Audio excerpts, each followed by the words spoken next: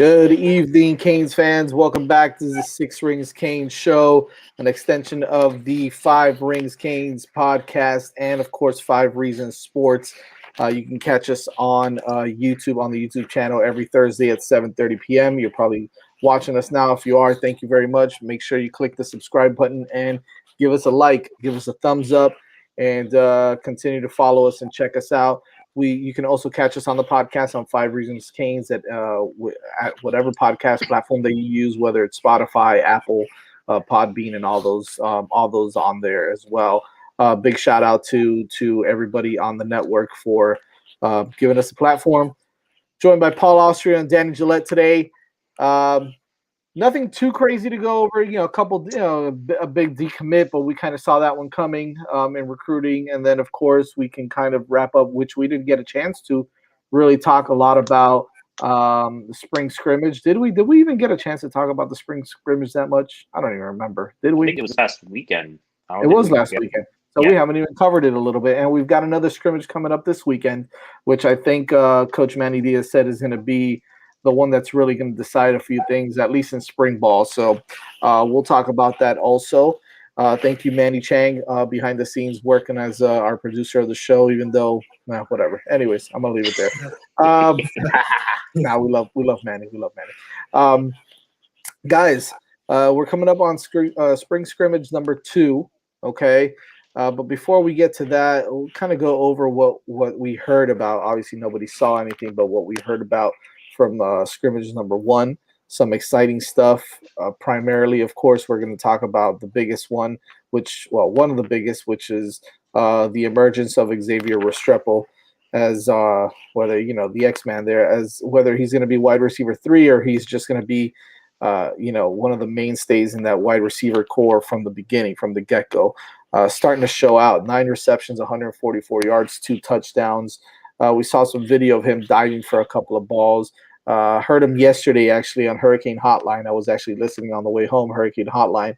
Him talking about the whole program, how he's rooming with Tyler Van Dyke and some of the guys like Bubba Bolden, even on defense, said that Tyler Van Dyke is another guy that is continuously impressing the entire staff and everybody on the football field. Quiet leader, but is apparently putting balls in places where you don't typically see quarterbacks place the ball. Ball placement has been a huge thing with Tyler Van Dyke, and that's fun to watch. We'll start off with you guys.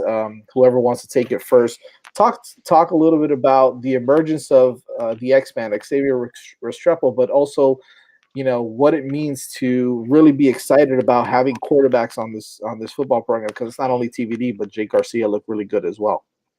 Well, UM did give their stats for both of the quarterbacks from the scrimmage. TVD completed 10 to 15 passes for 114 yards and a touchdown. And I think we kind of know that TVD definitely has something in his bag. But I feel like what we're not talking about enough is Jake Garcia's numbers.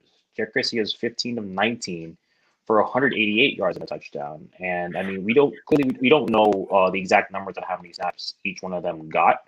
But for a true freshman who's still kind of limited, because I think he was using with a foot injury towards the end of his high school career, like that's pretty damn impressive, And I think it's nice to know that the QB room for Miami is definitely competitive now. It's not just one guy that's like the clear-cut starter, and we kind of just have this little worry in the back of our minds about what would happen if QB1 gets hurt and how will QB2 now it feels like we're not only set for this year, just in case, God forbid something happens to King, but, if TBD or Garcia has to step in, they still have something. They still have something that they contribute and not act like, it's like the first time playing football. And I think that, it's definitely reassuring. And it's kind of like we're good not only just for this year, but even with Jake Garcia doing well, we're set for the next maybe 2 to 3 years. And then that's not even counting Corey Brown coming in. Yeah, or more. Let's not even get there yet, but or more. Yeah. Yeah, and if Lashley's still here, he's going to continue to recruit great quarterbacks too. So that's a given. And like you mentioned with X, I mean, I feel like this is this was a long time coming, because I mean, even let's go back to when he was being recruited. I think he used to be at Aquinas, and then he transferred to Deerfield so he could graduate early. He was always a huge UM guy, and it kind of reminded me of Braxton Berrios, where they're always kind of preaching, like, even in interviews they were like, once UM gives me the offer, I'm going there. There's no questions asked. And I mean, he jumped on the offer, he committed right away, and it always sounded like from the get go that he was all about the U. And he didn't care about any other distractions. Like if he was coming to Miami, he was there to work. And I don't know if you guys have seen the pictures of X now. I think the spring pick the scrimmage pictures of X. Oh my God, he looks jacked. Like he doesn't look like a scrawny 5'7", 170-pound freshman. Like he's definitely added a lot of good weight to himself. And I wouldn't be surprised if, like you mentioned, like if he does come in as the immediate slot guy. I think they talked to Michael. I think Michael Renning mentioned in the post practice press conference yesterday that it's 12 guys in that receiving room. It's 12 guys. There's no, I mean, other than probably Mike Harley, maybe Rambo, there's no like clear cut starters. So everyone's kind of fighting, competing. And I think that X, even though he's still, I'm not sure if he, I think And he's it's raising everybody's level of play. yeah, Everybody's level of play, which is great. it's the whole iron sharpens iron thing, where if as long as coaches kind of keep I guess players kind of like in the blue, I guess, of not knowing where they stand, they're gonna work hard. They're gonna put in the work. X, I think, definitely feels like he has an opportunity to play a lot more this season. I kind of feel like they didn't play him enough last year, but he knows that with especially with the full spring session, that he definitely has an opportunity to make a big impact on this team this season. And it's going to be exciting to see. I feel like he's definitely going to surprise a lot of people. Danny, this is what's exciting. Also, like, if you guys didn't catch the interview yesterday, it's continuing with the Xavier Restrepo theme. He was talking last night about how once he committed to Miami, even before he was committed, at St. Thomas, Manny Diaz was there and said, "I want this kid. I want this kid, and I am going to get him." And when he knew that Miami was going to come for him and recruit him hard and give him the offer, like Paul said, he was going to commit. But not only that, the way that he was treated prior to stepping foot on campus is the exact same way he continues to be treated now. And that is something that he was very impressed with, and what's making him love the University of Miami even more. So talk to me about how much of a difference that makes, because I mean, look, from a recruiting perspective, a lot of times, and I'm sure you know this, Danny, you get coaches that treat you one way when they're recruiting you, and then when you get on campus, they treat you like crap, or they treat you like a grunt, right? So now that you're hearing things like this, that they continue to treat him the same way with that respect and that love, that only helps not only his development, but the guys coming behind him, right? Yeah, because you want a coach that is honest and upfront with you, and especially in today's world of college football, where it seems like some programs, Alabama is like a production line of players, where they just keep replacing kids one after the other following graduation, and and especially when you add the transfer portal into the equation and things like that, having that coach and the program be honest with you from day one and treat you the same way is huge, because it allows you to feel comfortable. It helps out in terms of player growth, and it also puts in a good word for the coaching staff. Like Restrepo could say to a potential recruit, "Hey, these coaches said, X, Y, and Z to me about how much they really wanted me, and they kept their word." So these are coaches that are not going to deceive you. These are coaches that are not just going to use you on the field and then kind of discard you away as a human being. This is how they're going to treat you, and this is how they do business, and this is why you should commit here. And that definitely makes a big difference, both on and off the field. Yeah, absolutely. Turning it over now to the defensive side of the ball, you heard some names come out of there as well that were not surprising but exciting to hear. And the first one I can think of is Avonte Williams getting right into it, making an interception, and obviously they won't say who threw the interception, but it was probably one of the two guys, which is fine. Whatever, it is what it is, man. I mean, listen, sometimes you're going to make some throws and they're going to get picked off. But it's nice to see that it's Avonte Williams that's out there making the plays. And if you hear Coach T-Rob talking about it, they talk about how aggressive he is, how he loves contact, he loves to hit. So he's getting to the ball, he's getting to the places where he needs to be, but sometimes he's a little out of position, and that's just going to come with repetition, right? And he's anxious to get out there and play, which is great. And he is going to study the game plan. He's going to, understand where he needs to be at the right time and when he needs to be there. So, I mean, him getting an interception, also, the play of Corey Flagg and some of the other guys was exciting to see on the defensive side. And Danny, we'll flip this around and start with you on this. Talk to me a little bit about what you really want to see from scrimmage number 2, because I think at this point we're getting to scrimmage number 2. Do we want to see the defense dominate the offense, or are we okay with seeing a little bit of both? Because right now, from what they're saying, the offensive line is even ahead of the defensive line. What do you want to see in scrimmage number 2? I want to see the defense dominate because I do think the offense will come around eventually. It's defense in this era of football that is going to win you football games. And it feels like, at times last year, the defense was a little overmatched. The offense was able to get it done, but the defense wasn't necessarily able to get it done. And so I would really love to see continued growth from the defense because the offense, I think, has too many playmakers to really be one that struggles or is one-dimensional or things like that. So as long as the defense can continue to play strongly, I'm confident that the offense will come around and really be a factor. I mean, these are the types of scrimmages where you want to see good play on both sides of the football. And if I'm the coach, I'm okay with one side dominating to this point because it shows me that I may have more tools in my toolbox, so to speak.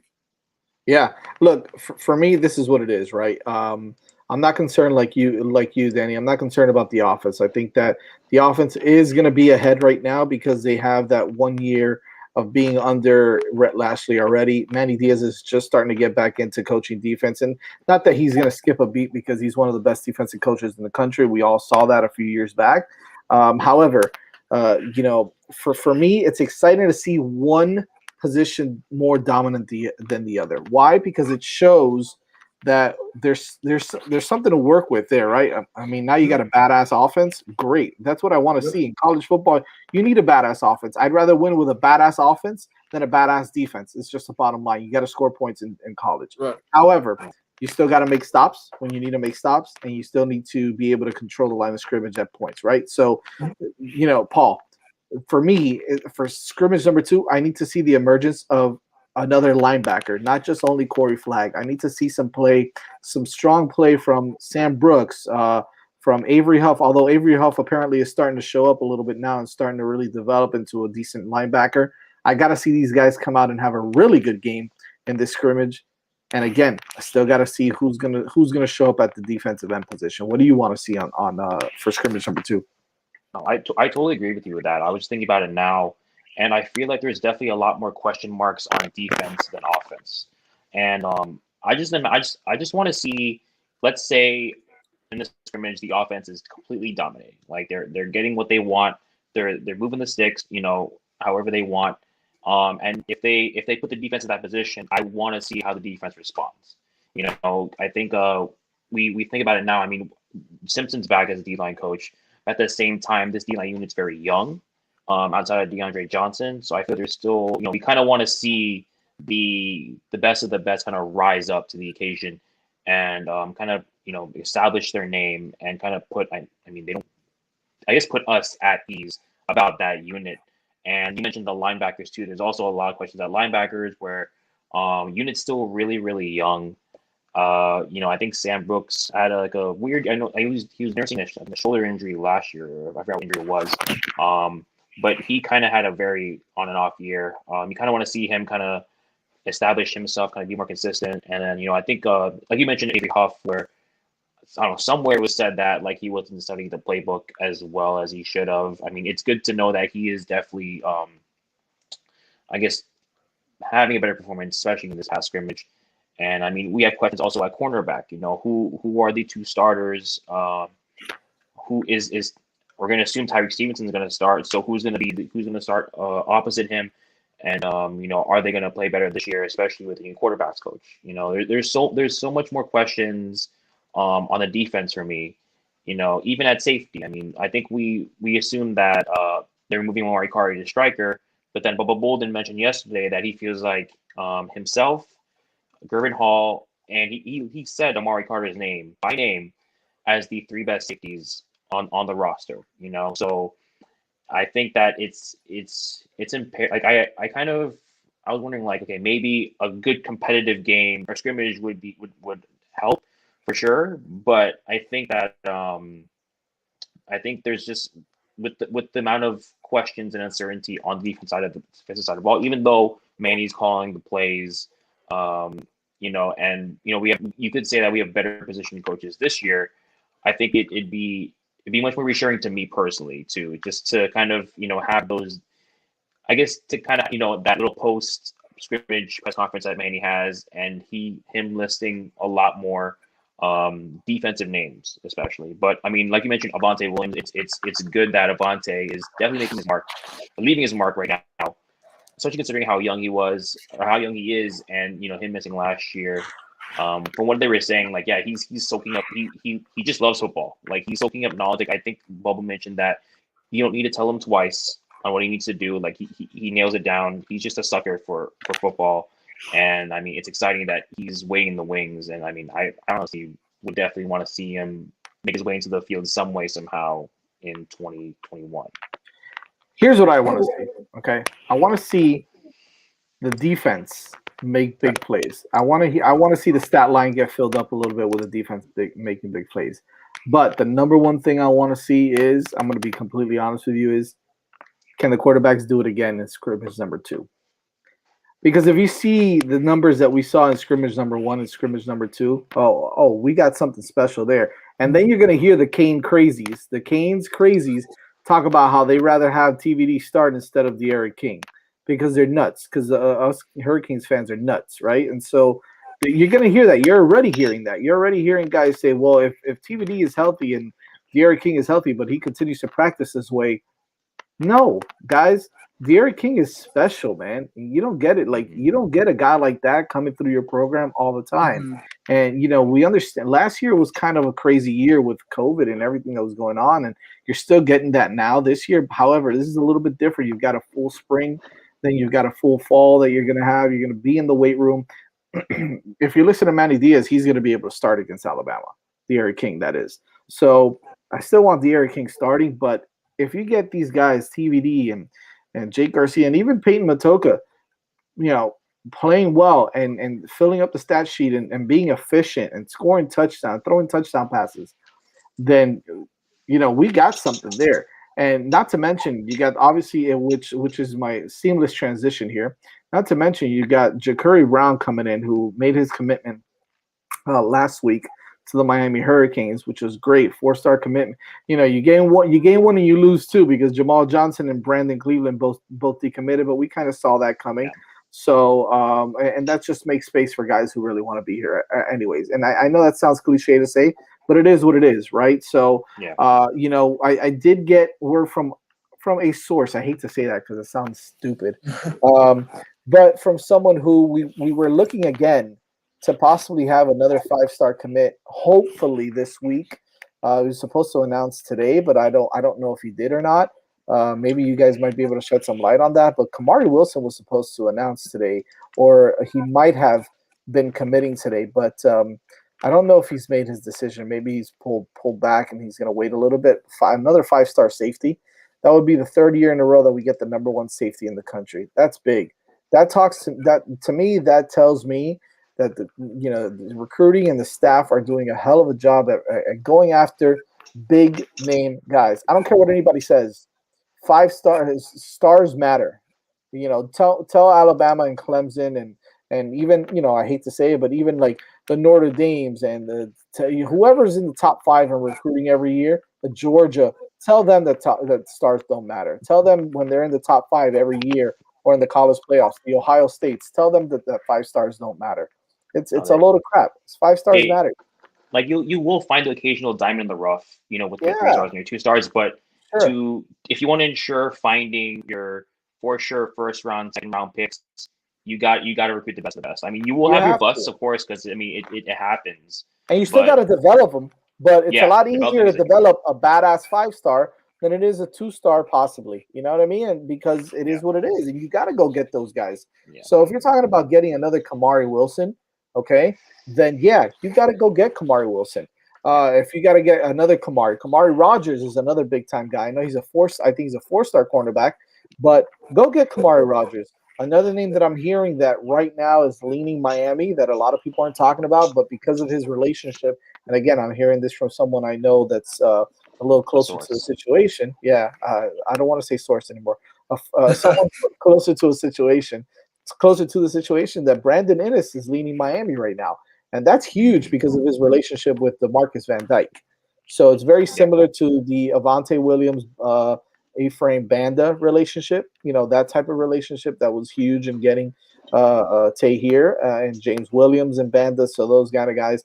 Now, if you tell me that in his first year, DVD helps land a guy like Kamari Wilson and Kamari Rogers, you're talking about, and I always kind of thought that he was a good coach already, but if he can go out there and recruit and get some of those guys, that's big. That's big time that you kept them here in your own backyard, a former player that can continue to coach and develop players like that.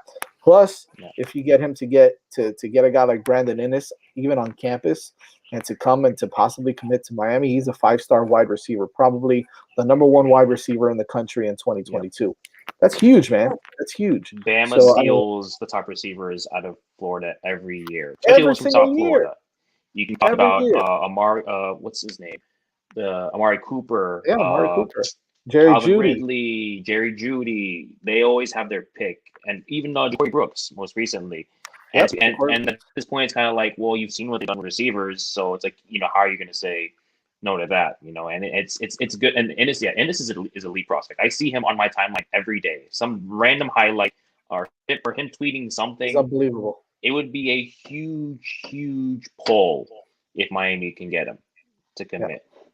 And right now he's about 60% lean supposedly, but we'll see. We'll see. There's still a lot of time left, and he's probably going to take it down to the wire before he commits. More years. Yeah, definitely. So, and then obviously you got some other guys out there like Jaden. What's his name? Jaden Wilson. Gibson. Jaden Gibson. I'm sorry. Excuse me. Jaden Gibson is another big time wide receiver. Julian Armella, who right now I think FSU is probably in the lead there because of his dad. Right, but that could be a huge pool, and if you can continue to get some of those big guys, then I mean, listen, you're number one, you're building depth, and you're getting the right guys here. You're getting the horses, the big boys, the 5 stars. Yeah, and you got to get at least 3 or 4 of those guys to start getting into the level of Clemson and Alabama and Georgia and Ohio State, and to be up there with those guys a year in and year out, and you're starting to see it. But the biggest one that I'm excited about is a 13-year-old. I think we spoke about him last week a little bit, but he is a 13-year-old. And if you saw the video of 13-year-old quarterback from Trinity Christian, Colin Hurley, spin the ball. He was throwing to wide receivers, NFL wide receivers, as a 13-year-old. He's 6 foot, 200 pounds. He's already squatting 500 pounds. He's been benching over 225 already. I mean, the kid is an absolute monster. He's going to be 6'5", 6'6", 250 when he gets out of high school. He's another DJ Uiagalelei. That's kind of where I see that going. It's going to be exciting to see some of these guys.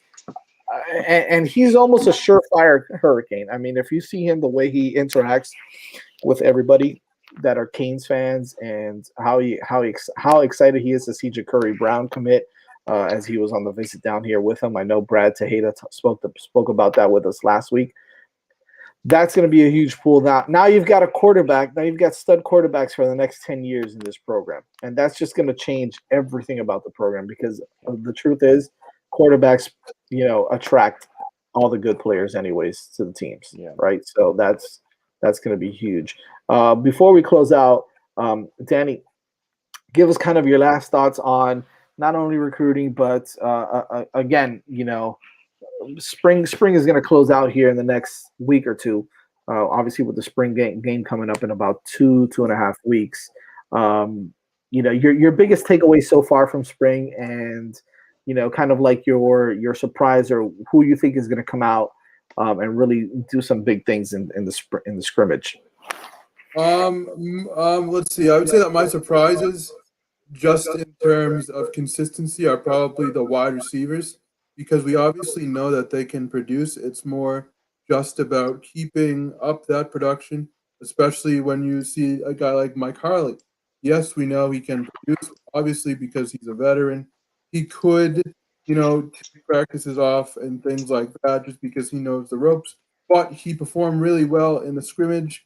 And, he's continuing to be that leader offensively, and he is continuing to be that, go-to weapon. So that is certainly great to see. One of the other guys who I wanted to mention on here was Chase Smith. He performed pretty well in the scrimmage. I believe I watched some film, and I believe I read that he had 5 tackles during the scrimmage. And as a freshman, that is certainly great to see, because when we talk about building depth, that is certainly important. You definitely want to see these guys start off on the right foot, and Smith did that there. And on the subject of depth, when you talk about landing a guy like Kamari Wilson at the safety position and landing the quarterback Hurley, then you start to build pipelines at positions.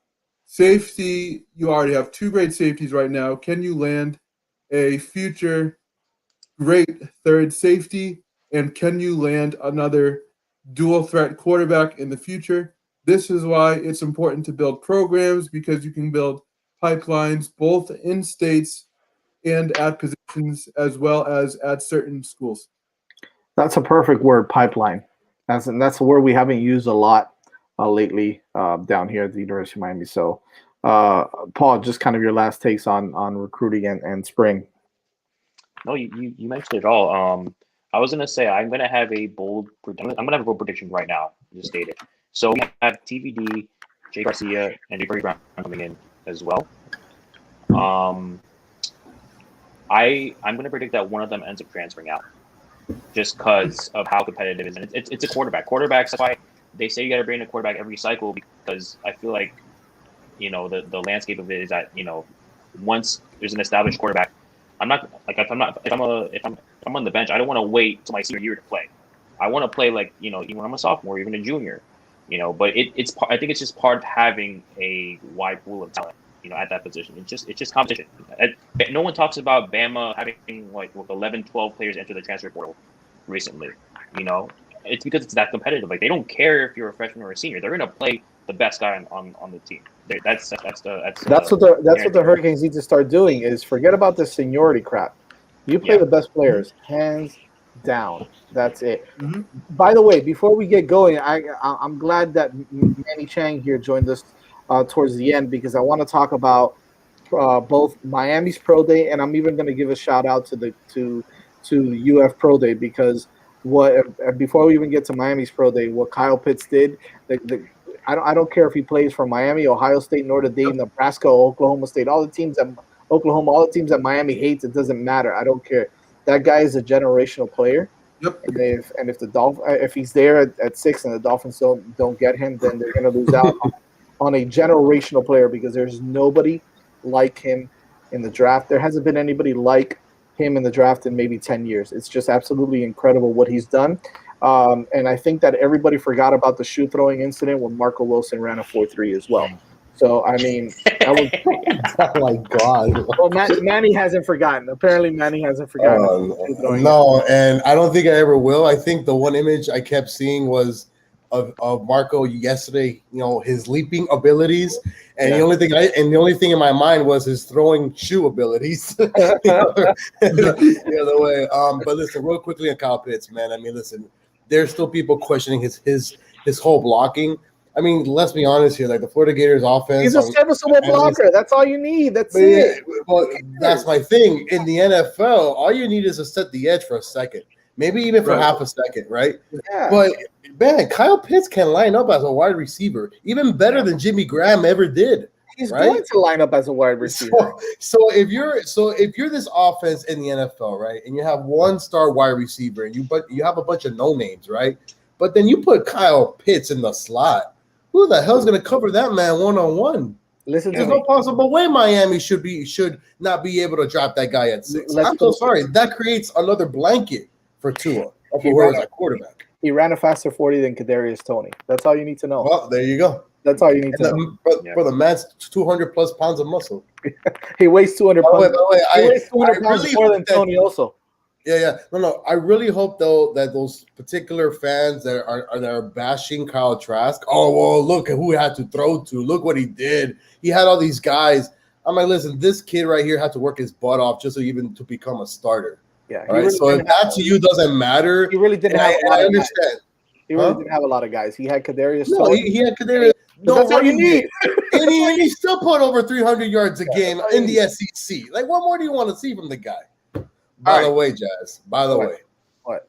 Holy crap! Did your Hurricanes baseball team lay the wood on FIU last night? I haven't even mentioned that. Oh my god, bro! Dude, because I work for FIU athletics, and let me tell you, after the 5th inning, I left. I was like, I'm not gonna be sitting here watching this. And the next thing I know, it's 14-0. No, the next thing you know, it was 18. When I saw it said 18-0, I go, is this real? Is this real life right now? 21-1. It was bad. It was very, very bad. If we can continue to do that, we've got a big series against Duke this weekend. We've just got to continue to win. Jake Garland looked good on the mound last night too. By the way, a quick story. When I was with FIU on football with Butch, so we were watching the draft all as a team, and I remember Coach he stood up because some player was like, "Oh, 5 stars matter in the NFL." You turn around and look at the player and said, "Young man, 5 stars matter in collegiate football. The moment you go into the NFL, if you're a 1-star, you can make it happen. But right now in collegiate and your starters, you need to be 5-star players matter in this type of league." Let's put it this way. So whoever is out there is saying, "Oh no, listen, the more 5 stars you have, no matter who ranks them, 24/7 or Rival or whatever, that you know that you have a player that has the potential." Listen, there's not many Ed Reeds out there, right? There's not many players that have a 2 or 3 star on their back and they show up to a big time program and end up becoming great players. So you got to take advantage. If a 4 or 5 guy is on your radar and you don't go full blast because you want to say, "Well, no, we have 5 seniors."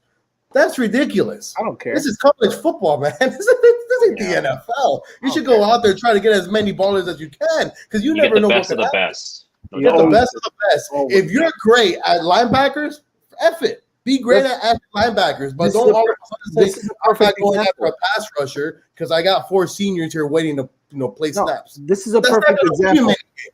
This is a perfect example because we're going to talk about Jalen Phillips and his pro day. Jalen Phillips was a 5-star.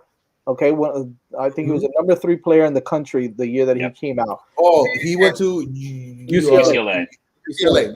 But he was He was 220, 230 pounds, soaking wet. He was a stick, but he was a 5-star. He came here, he developed. He's 260, 265, and he's a first-round pick. He just made himself a boatload of money. Why? Because that was a talented 5-star athlete who developed into what he is now. And that's what you need. You need to get the 5. Not everybody's going to develop the same, and not everybody's going to be great. I get that. But you know what? It's a law of it's numbers. It's a numbers game. And the more you get, the more are going to be better. The more are going to develop. The more are going to be studs. And the more are going to help you win a national title or even get to the Final Four. And that's what you need. Jalen Phillips got a 4.56 as a 6'5", 265-pound beast of a man. Okay, and then even guys like Greg Rousseau, who didn't even play all last year, he still needs to work on his technique. 6'7", 260 pounds, ran a 4.6.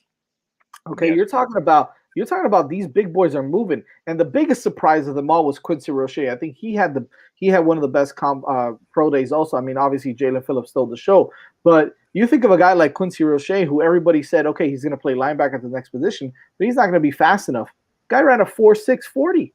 In the pro day, he ran a 4.640, and he had the most reps at bench and all that stuff. And I get it. Straight line speed is not the biggest thing for defensive ends because they play in a short box, right? So the L cone drills and the shuttles are always big, bigger, I guess. Yeah, more better. Yeah, they're better. Exactly, better indicators of. But you still saw how good they were at that as well. So it was exciting to see that Pro Day means something, and big shout out to Nicosi Perry for throwing to Brevin Jordan. That was cool to see as well.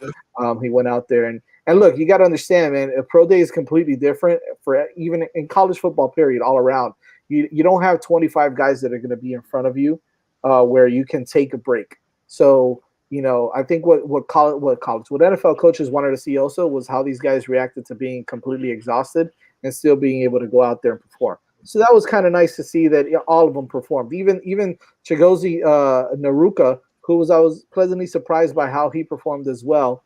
Went out there and did well. And Jose Borregales hit, I think it was 13 of 14 field goals with a long of 60.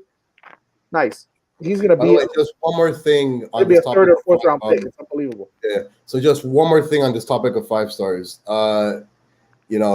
There ain't many Brad Johnsons in college football winning national championships. There ain't many Trent Dilfers winning, college football, national championships. I can't remember a team winning a football national championship in this sport and not being able to have guys, right? So for anyone that says, oh, well, we need this, we need that, and that's about it. My man, you are able to line up 90-plus players on home games, okay? Those 90-plus players, one of them is going to get an opportunity. And you don't want to waste an opportunity on the guy that could have been a 5-star because you want to hold it back for a senior who you were loyal to. And I understand that. But again, this is, just like Jazz said, ask that to Ohio State, Georgia, Florida, all those top-notch schools that are always in the top 10 year in and Joe Burrow was a, I don't know if he was a 5-star, but I think he was a 4-star quarterback. Yeah, he was quarterback coming out at Ohio State, and he had to transfer because a 5-star quarterback came in. Justin Fields was going to be a top 5 pick this year.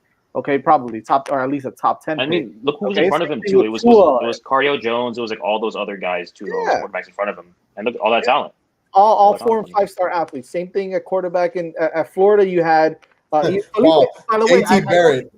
But I know he didn't. JT Barrett pan out. I know he didn't pan out, but Felipe Franks was a 5-star quarterback, right, or a 4-star quarterback, another big time name. Okay, Emory Jones is another big time name. Kyle Trask was just a great guy who developed. He developed a good quarterback. People seem to forget when Tim Tebow was here. Cam Newton was on the football team. He just did something stupid. Like he about to toss the laptop out of the window and he got kicked out of school. Right. And then he had to go to Blaine College or whatever, and win a national title there, and then win a national title with. So I mean, and he was before that. It was Chris. It was freaking Leak, which his play. It fixed the system so well. That's also another thing. You got to be able to get the 4 or 5 stars that fit your system and what you're running. If you end up getting a guy that's not a pocket passer, but your offense is total like throwing the football, it's not going to work, right? Same thing. This is why the transfer portal is huge. When those 4 or 5 stars are out there and they fit you, your mindset shouldn't be, well, I'm not going to go after him because I only have 3 spots left, but we need to fill up this other position for 2-3 years down the road. That shouldn't be the mindset anymore for college football. Because you're not signing these guys to 4 or 5 year deals anymore. It happens at every team, man. Even you have to start somewhere. Look at Clemson with Taj Boyd. It started with Taj Boyd, and then Deshaun Watson, and then it was Lawrence, and now it's DJ. And it's just like that in all the big programs. And all the big programs are gonna have that. Okay, Alabama. I don't care what you say, but what's his name? McElroy did what he had to do. And look what he was surrounded by, right? Look what he was surrounded by. And then you get the other, even John Parker Wilson, who was he surrounded by? I mean, and all these. Yeah, by the way, these Alabama quarterbacks, unfortunately, have never panned out great in the NFL. And I think all we needed to see from this guy, from this pro day, the video of Bill Belichick just watching him throw that deep pass, and the camera goes right at Bill. Bill's like this. I'm like, damn, that sucks, bro. Who, Mac Jones? Yep. So Mac Jones, he threw a deep pass, like a pattern, like maybe 40 yards deep, and he totally overthrew the guy, like overthrew him badly. And the camera goes right at Bill Belichick, and Bill Belichick's like this. But He what does is, that, what bro. I'm is like, Bill damn. Belichick? NFL Network should be fucking like, bro. How do you I'm do hoping that? Bill Belichick took some notes at the Miami Pro Day for Russo or. Oh wait, Danny. So what is Bill trying to do now, right? So he came from this whole system of, well, we don't go out there to spend money. He sees Brady win a Super Bowl, and now all of a sudden he goes, no, we can't fall back now. We got to make sure that we're competing this season because I can't handle this. Listen, what does Bill Belichick know about quarterbacks? He was also in a unique position because he had a lot of cap space where other teams wouldn't spend. So if this was the year for them to spend where other teams couldn't, then that's what they had to do. Yeah, if not, what are you gonna do, right? Adam played a part in it as well, obviously, but yeah, well, it's gonna be interesting to see what they do. But anyways, I know we went off on a tangent there, but just keep getting the 5 stars, and Stack that's them how you get away. chips. That's Stack it. them Stack them chips. chips. See you guys later. Thanks for joining. Check us out again. Peace. Check us out on the Six Rings Kane show every every Thursday from 7:30 p.m. here on the 5 Reasons Sports YouTube channel. Follow us at Six Rings Canes. Make sure you subscribe on YouTube and click like. You can also hear us on the 5 Rings Canes podcast on any podcast platform that you do use. Check us out there also, and please always support. Thank you so much, and Manny, thank you again for producing the show. We'll see you guys next Thursday. Go Canes. Peace. Go Canes.